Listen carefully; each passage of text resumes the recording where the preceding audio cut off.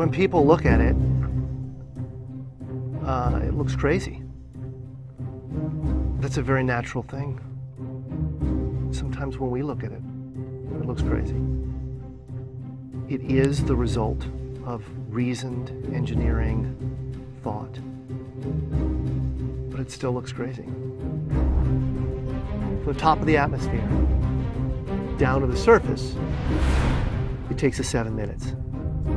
It takes 14 minutes or so for the signal from the spacecraft to make it to Earth. That's how far Mars is away from us. So when we first get word that we've touched the top of the atmosphere, the vehicle has been alive or dead on the surface for at least 7 minutes.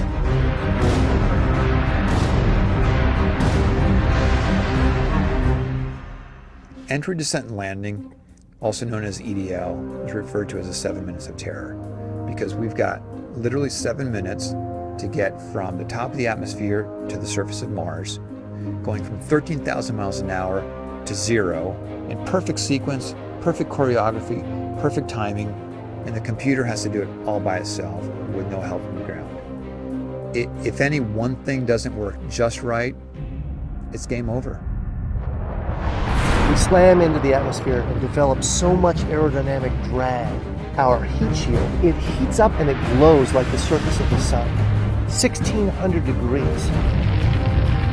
During entry, the vehicle is not only slowing down violently through the atmosphere, but also we are guiding it like an airplane to be able to land in a very narrow, constrained space. This is one of the biggest challenges that we're facing, and one that we had never attempted on Mars. Mars is actually really hard to slow down because it has just enough atmosphere that you have to deal with it. Otherwise, it will destroy your spacecraft. On the other hand, it doesn't have enough atmosphere to finish the job.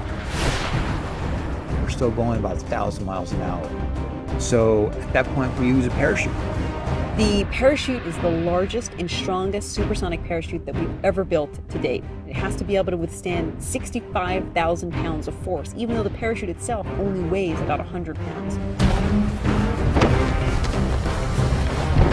When it opens up that fast, it's a neck-snapping 9 Gs. At that point, we have to get that heat shield off. It's like a big lens cap blocking our view of the ground to the radar. The radar has to take just the right altitude and velocity measurements at just the right time, or the rest of the landing sequence won't work. This big, huge parachute that we've got, it will only slow us down to about 200 miles an hour. And that's not slow enough to land. So we have no choice, but we've got to cut it off and then come down in rockets. Once we turn those rocket motors on, if we don't do something, we're just going to smack right back into the parachute. So the first thing we do is make this really radical divert maneuver. We fly off to the side.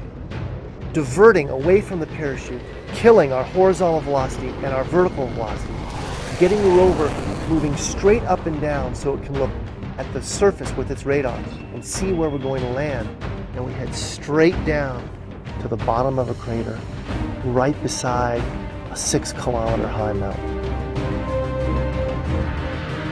We can't get those rocket engines too close to the ground, because if we were to descend propulsively with our engines all the way to the ground, we would essentially create this massive dust cloud. That dust cloud could then go and land on the rover.